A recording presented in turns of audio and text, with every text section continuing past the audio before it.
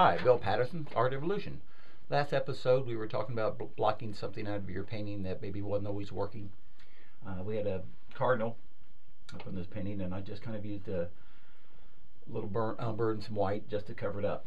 I was talking about maybe putting something else on the tree, but I really kind of like to maybe place something back in here. So I'm just going to go and again, not rehearse, not trying to work from any particular painting, but I kind of like that from the beginning, the mist back there. So I'm just going to take some white. Now the painting, I was working in oil, so it's still a little bit wet, which will give me some depth to work back here. So I kind of like this little play way back in here, and I'm using a little white and a little cadmium orange. I'm going to create some misty. And again, if you've seen my other videos or heard me talk, you get tired of hearing this, but I'm squinting so I cannot see everything. Which sounds funny, just try not to see what you're seeing. But the magic of illusion starts about 6 foot. And anyone who knows anything about the real world of magic, that's where it is. You get about 5 or 6 foot and you start seeing things a little differently. And it is hard when we're doing loose paintings. Detail painting is a little bit easier to see if we're working up front. Automatically, you can see how that little light, and I always go where the light is. I love the play of light. We're creating the shape of a tree that wasn't there.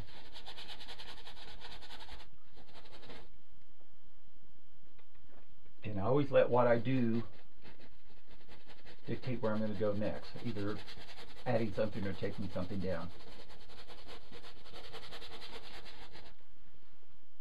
Oh, I like that.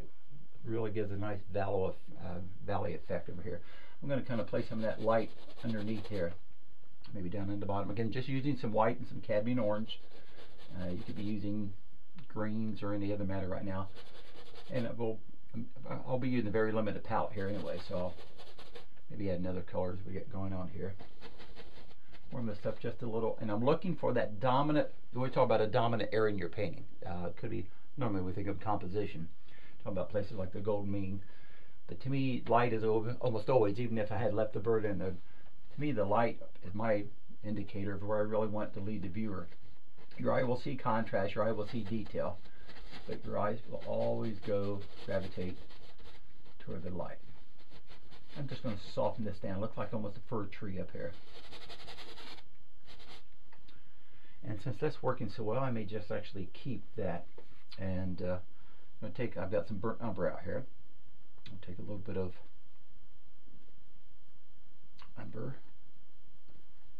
and a little bit of blue, and I'm going to darken this down. I'm going to kind of place some of this tree right here. There's a hidden tree back here. I may bring the front one in. I'm going to go too dark. And thinking in more of terms of sketching with pencil. Now you could, and if I'm doing my detail piece, where all of us do when we're spending a lot of time on a painting, I would come in and do a layout, either a charcoal pencil, but I'm kind of wanting to play this one particular tree up through here. Maybe another one a little behind it. And I may, because it's kind of woodsy, I want to show a few more, maybe play a little bit more of this one. And yes, I like painting with fingers a lot. I may go ahead and play that one up here as I'm looking at, and maybe darken this value down a little.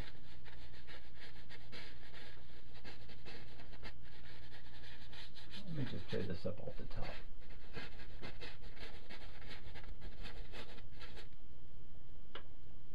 Now, when I talk about doing demos, like if you ever watch an artist paint, what you're trying to paint with people, which so many times in my classes, and I've done this for many years, where people paint with me for 5, 6 years and paint along with me, which I never liked, because it's tough to paint along with someone when you're trying to watch and trying to paint, which is, again, kind of that tougher part emotionally.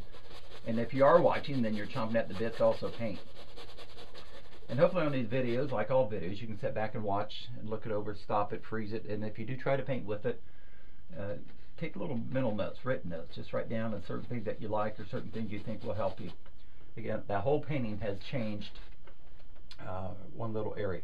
What I might do is, as I said earlier, about bringing another branch up through there, and I may do that.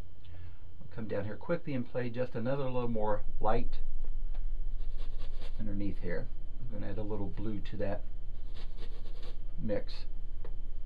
Make it a little bit cooler down below here.